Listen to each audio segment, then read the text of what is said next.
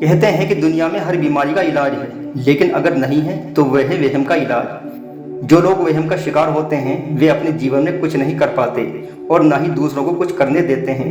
ऐसे लोगों से हमेशा दूर ही रहना चाहिए। एक राजा था जो दिखने में स्वस्थ और तंदुरुस्त था। कोई भी व्यक्ति इसका अंदाजा इस बात से लगा सकता था कि उसकी आंखें काली और चमकीली थीं, उसके गाल लाल और बाल काले थे। वह खूब पेट भरकर खाता पीता और गहरी नींद लेकर सोता था। उसकी रुचि राजकाज के कामों में कम और ऐशो आराम में ज्यादा थी। एक सुबह जब वह सोकर उठा तो उसे ऐसा लगा जैसे कि वह बीमार हो रहा है। उसके बाल सफेद हो रहे हैं, वह अब बूढ़ा हो रहा है, उसका अंतिम समय अब निकट आ रहा है।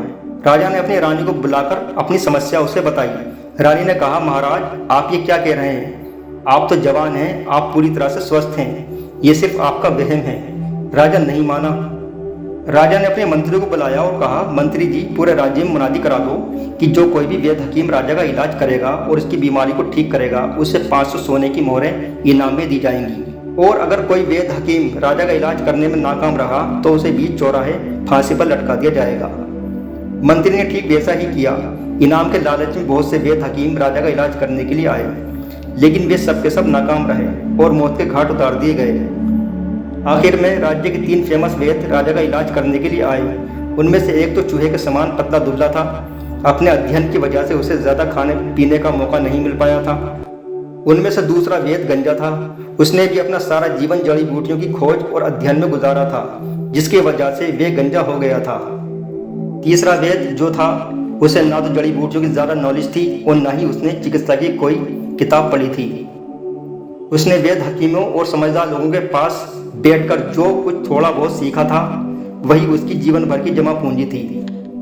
तीनों ने एक साथ बिस्तर पर पड़े हुए राजा का सीना थपथपाया और एक साथ ही राजा की जीभ देखी। राजा का अच्छी तरह मुआयना करने के बाद पहले 2 वैद्यों ने कहा, महाराज आप बेकार की चिंता कर रहे हो, आप तो पूरी तरह से स्वस्थ हैं, आपको कोई बीमारी नहीं है, बल्कि ये तो सिर्फ आपका वहम है।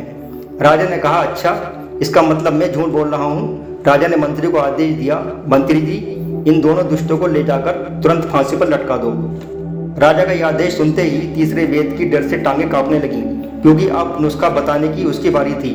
वे अपने साथियों की दशा देखकर इतना भयभीत था जिसकी वजह से उसका चेहरा पीला पड़ गया था और पूरा शरीर पसीने से तरबतर हो गया था। उसने कांपते हाथों से अपने चेहरे का पसीना पोंछा और राजा को इलाज बताना शुरू किया। उसने कहा, महाराज अगर आप आज रात किसी सुखी इंसान की कमीज पहनकर सो जाएं तो आप बिल्कुल स्वस्थ हो जाएंगे। धूल में लट लग गया। वेद का व्यवहारिक ज्ञान काम आ गया। वेद की बात सुनकर राजा पलंग से उठ बैठा और वेद को गले से लगा लिया और मोतियों की माला उतारकर उसको दे दी और 500 सोने की मोहरें देकर उसे रुखसत किया। इस तरह वेद ने व्यवहारिक ज्ञान से अपनी जान बचाई।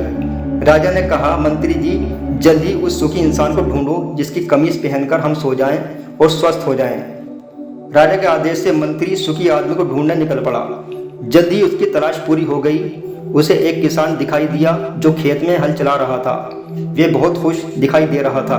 वे हंस रहा था और गा रहा था। मंत्री ने किसान को रोका और उससे पूछा, महोदय क्या तुम एक सुखी इंसान हो? किसान ने जवाब दिया, एक किसान को रोज इतना काम करना पड़ता है कि उसे दुखी होने का समय ही नहीं मिलता। इस पर मंत्री ने कहा, क्या तुम आज रात के लिए अपनी ये कमीज हमें उधार दे सकते हो? इसके बदले में हम तुम्हें 100 सोने की मोहरें देंगे। मंत्री की बात सुनकर किसान जोर से हंसा और बोला, मंत्री जी अगर इस फटी कमीज के अलावा मेरे पास कोई दूसरी कमीज होती तो मैं तुम्हें यूं ही फ्री में दे देता। किसान की बात सुनकर मंत्री भागा भागा राजा के पास पहुंचा और राजा को पूरी बात बता दी। अभी तक जो राजा पलंग पर लेटा लेटा करहा रहा था उठकर खड़ा हो गया। बोला, मंत्री जी हमें अभी उस किसान से मिलना है, चलने का प्रबंध करो।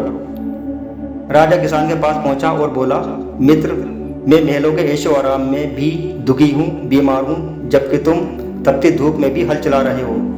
बदन पर फटी कमीज पहनो हो फिर भी तुम कहते हो कि मैं सुखी हूँ, कैसे? जरा मुझे भी तो बताओ। किसान ने कहा, महाराज अपने जीवन में एक किसान को इतनी अधिक मेहनत करनी पड़ती है कि उसे दुखी होने का समय ही नहीं मिलता। बात बस इतनी सी है महाराज, जो इंसान अपने काम में लगा रहता है वे कभी भी दुखी नहीं हो सकता। कहा भी गया है कि खाली दिमाग शैतान का घर होता है। इस कहानी से हमें 3 सीख मिलती हैं। पहली सीख, वहम एक ऐसा रोग है जो किसी भी इंसान की जान ले सकता है। जीवन में कभी भी वहम नहीं पालना चाहिए। नंबर 2, व्यवहारिक ज्ञान किताबी ज्ञान से भी ज़्यादा श्रेष्ठ होता है। नंबर 3, व्यस्त रहिए, मस्त रहिए। आज के लिए बस इतना ही। वीडियो कैसा लगा कमेंट करके मुझे ज़रूर बताएं। वीडियो पसंद आया हो तो इसे लाइक करें, शेयर करें और मेरे चैनल को सब्सक्राइब करें।